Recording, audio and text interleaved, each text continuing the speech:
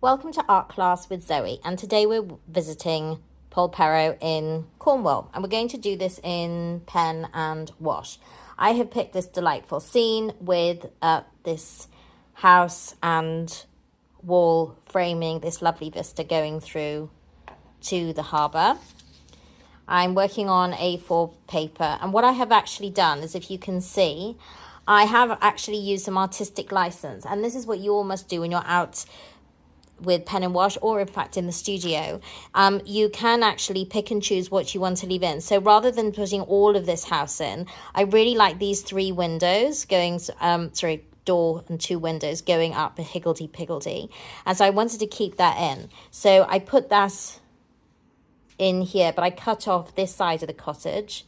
I've probably made this a little bit bigger, but you put the wall in, and I've made this very simple, and I'm going to really tone down this rhododendron. It's not a rhododendron, it's something else, but anyway, moving on. Not a gardener. So once you've drawn that out, very, very, very simply, because you see I've really tried hard with the, to simplify everything down. And then what you're going to do is just take a waterproof pen. I've got a 0.7 pen. I suggest anything from 0.5 to 0.8 is a really good, but you should really try different thicknesses as well.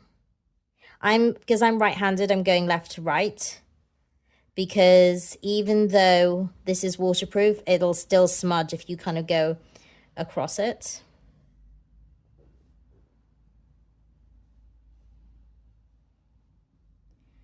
And so we've got these little windows here, and take your time with these windows because they're very characterful.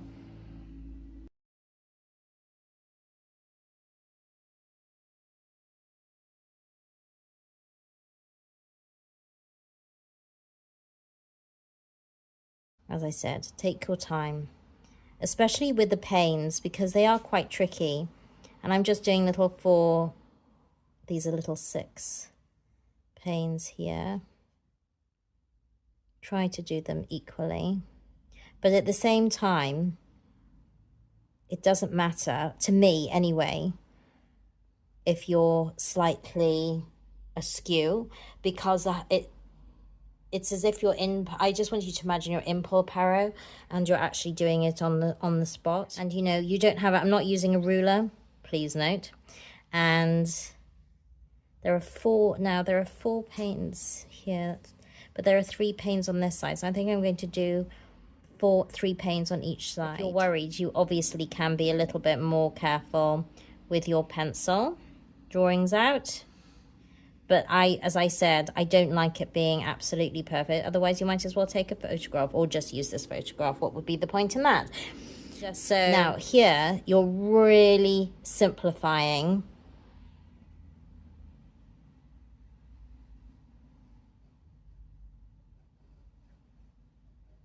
And I'm just going to give these rock-like formations here. And as you're going forward, it's going to get bigger and bigger, because you want to give that sort of dimension here. And again, you've got this funny wall here, haven't you? And you want a big rock here. And as it goes away, they go thinner apart. And then you've got distance. Don't make this rock edge too straight, because they are quite obviously rocks, maybe from the beach or something like that. Don't make them too even as well. And then notice I'm just leaving that for the moment, and I'm just going to put these flowers in, big daisies. I really like it. Just sort of softens the rock, doesn't it? And you can work on those a little bit more afterwards, but you're really just putting in the basics. So I'm just going to leave this just to make sure this has dried before I go into the middle. So as I said, especially if you've got an inky pen, even if it's waterproof, just wait for it to dry. So we'll just give it a minute, and then I will come back and I will do the middle area. We're going to focus on the central area now, and we're going to focus on the trees in the distance, working our way down to the cottages and the boats. I'm going to do something very simple here. So there's sort of two banks of trees, but make sure that you make the area sort of broken lines to get those tree edges. And there's a sort of a second bank here, sort of a tree trunk. You don't have to put too much in fact very little, but you just want there to be some form of interest there. And then we're going to work on the cottages, and you just want to give the impression of higgledy-piggledy cottages. As I said, doesn't have to be perfect. Obviously, you want people to recognize where you are. So you want to try and keep with the character and the shapes of the building. But what I'm saying is don't try too hard. And you can change windows, so you can just do little marks. You don't have to do squares for each one. Don't knock the camera. So what you're doing is you're giving an impression.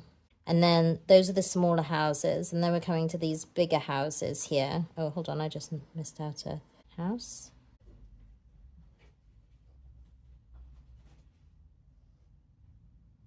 Because when you go to these sorts of places and you're standing there, you're not taking, it's not like a photograph, you're not taking every single detail in. You're taking in the ambience, the atmosphere. Artist's impression, really, you're giving a memory. This kind of fades off into a wall, I think.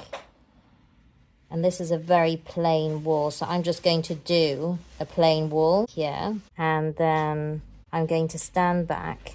I'm going to leave this open like that, so it's kind of going off into nothingness. And then we've got the, we're going to do the boats. Next up, we're going to do the boats. So please be careful about where you place the boats. As in, there are a lot of boats here. I don't want you to pack it in, but one, you've got to make sure that these are slightly bigger on the forefronts and they're smaller at the back. And then you can just do almost like little triangles coming, and it's just a little impression. That one's to the side, and there's a bigger boat here. I'm not going to make it too big, as big as in the picture, and actually I'm going to simplify it. I'm going to just give it a little here as well, put a few masts in, and then there's one here that comes on the back. I wasn't sure about to put this boat slightly off to kind of bring your eye in. So I'm going to try it and see if you like it or not. And if you don't put it in. So, and then I'm going to put a few little ripples. The light's coming this way from the right to the left. So the shadow of the boat. I wouldn't put too much. As I said, you're keeping it simple. So I think we're nearly there. Oh, and I forgot the tiles on the roof. So just broken lines, even, well, kind of even. And then vertical lines down in a zigzag. Not exactly underneath each other. And then I'm going to show you that you can either keep it like this and just put in some very limited colour, or you can go go much further if you so wish, and to add more colour and more. I want you to take a soft rubber, like a putty rubber or a very soft rubber. This is quite soft. And when this is making sure this is dry, you can take off this or the pencil underneath. You must do that before you put on the paint. Otherwise, you won't be able to do it after you put on the watercolour. And you must use a soft brush, preferably a putty rubber, because otherwise it will flatten the watercolour and it'll damage the paper. I'm going to start off with some cobalt blue, which I've always thought is quite a summery blue. And I'm going to take a big brush and put your paint out. Have your tissues at the ready. And just put some water over here. Sorry, there's some excess blue in there, but doesn't matter. And then you're going to just use the side of the brush, going around the clouds here like that. Okay, and then you're going to take your tissue and make a bit more of the clouds. I would leave those off there. Those are quite nice. But you want more clouds here. I don't like that line there, so I'm going to take that out. And then you're going to twist it, tissue, to make little tiny clouds here. Because you want it a little bit lighter going down, and you're just going to leave it like that. So it's a little bit deeper here, and I put more clouds over here. I have made it a little bit more cloudy than, but you can, you know, either put in, it would be fine to put in a plain sky. And then what we're going to do is, with the sea, to use dry brush and going in the horizontal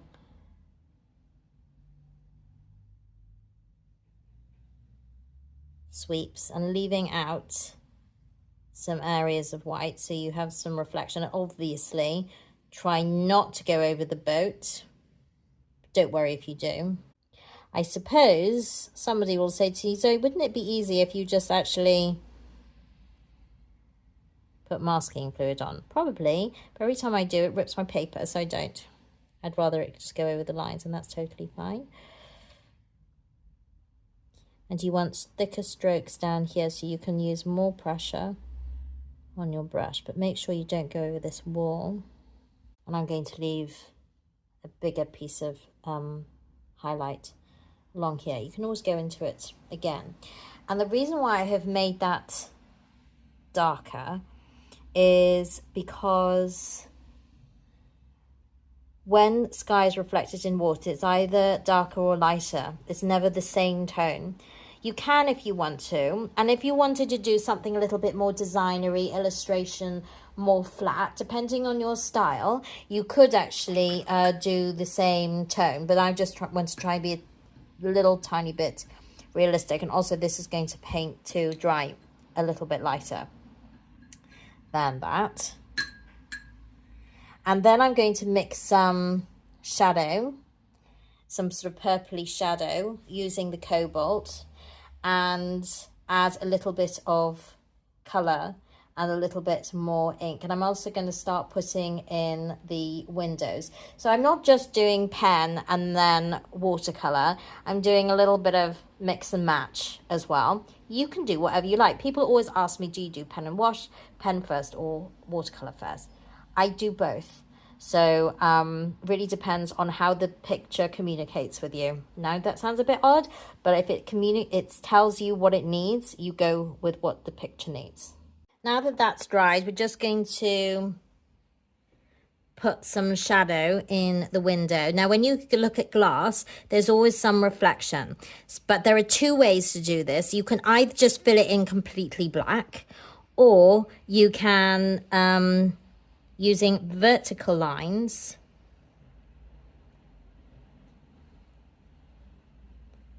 put in a variation, and you can make them straighter as you want.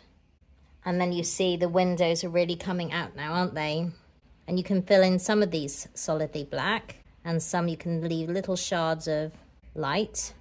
Do be careful though to get the right shape and size. It doesn't have to be perfect, but you do want it to look a little bit to conform to the size. And then the last but not least, we're going to do these panes here. And just that hint, I think, of lightness just gives a little bit of life. However, I have seen artists just fill up the windows and that's totally fine. It really depends on what you like and what kind of style you're going for as well. And then I'm going to start filling up these. They're almost like, windows are like the eyes of the house. So when you're doing portraits, people always tend to look at, when you're doing a portrait, people look at the eyes, they're drawn to the eyes. And when you're looking at a house, you kind of tend to look at the windows. So you really do need to bring those out. And again, vary the, don't fill them all up, unless, of course, that is your style. And do tend to use one set, sort of one direction. So I'm just going vertically. I did used to go diagonally, but then I saw this artist who just used vertical lines. I thought, oh, that's good.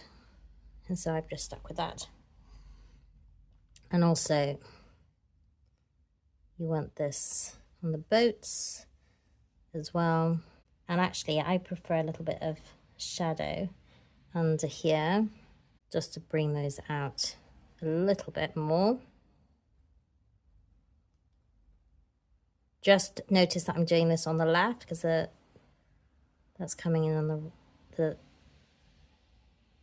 light's coming in from the right.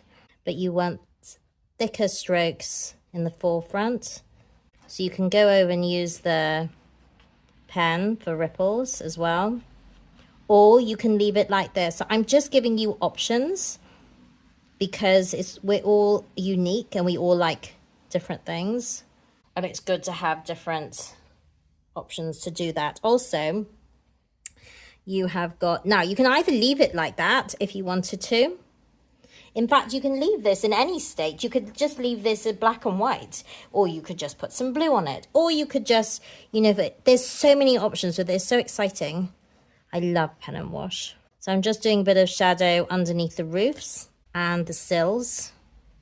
It just brings it out a little bit. And also, I think I might, and this is where you really need to start thinking and not to overwork it. So this is the main house. You've got these houses are sort of mid-section with these boats here.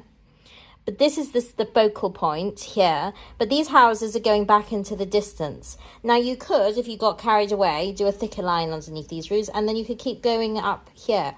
I'm not going to do that, because you want these going into the distance. And don't forget, thicker lines, more solid lines can come to the foreground. As you're going away, you want thinner, scratchier lines. Again, if that's your style. And I like that. I think it's kind of pushing those houses away into the distance. I'm just going to put a little bit of thicker shadow under here, under the wall. Be careful not to go over that house, like so. And also, we can put some thicker lines here, because that's at the front. And that immediately puts your eye, brings your eye to that boat here.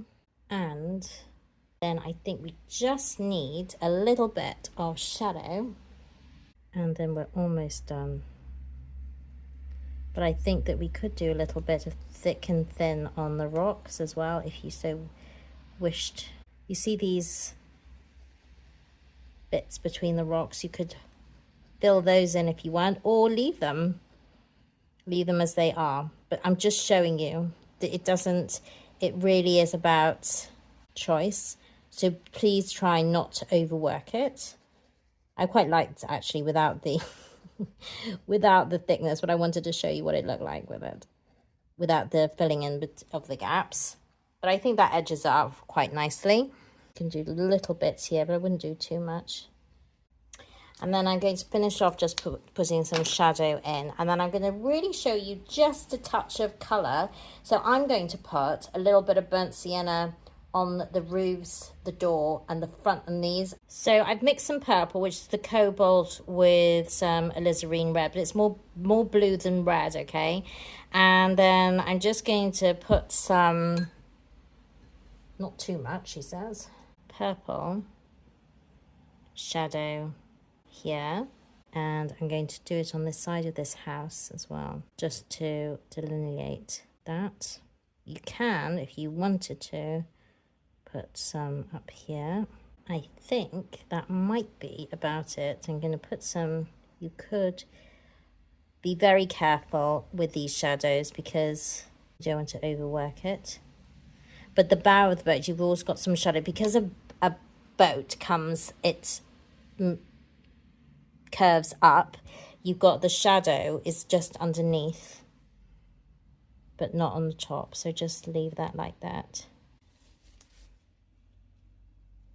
If you feel it's a bit dark, just dab it off. I think I'll just leave it like that. And I think that's a bit dark as well. There. Easy come, easy go. So, and then the last but not least, the final touch is some burnt sienna. I just wanted to add some colour. So this is the burnt sienna, which is an orangey brown. So as I said, again, you can leave it like this. And this actually, I think is very effective. It works well. And so again, you know, but if you wanted to, you could put some colour, not fill in the roof, just put it into lines across. We're just going to do this roof here and maybe this roof like that. If you wanted to, you could put some little pink flowers here or some little red flowers here. You could.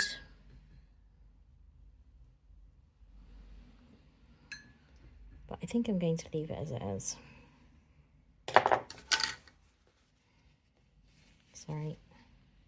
Keep changing my mind over these colours. Right. So that is a pen and watercolour of Polperro. As I said, you can leave it like this. You can just leave it at black and white. You can add a little touch of colour, or you can keep going. If you wanted to, you could add some colour for the flowers. And, oh, I forgot to draw like that. And then you can, oh, I just smudged my wall. Okay, so before this goes, I do anything else to overwork it, I'm leaving it as that. So I hope you enjoyed and look forward to seeing your work.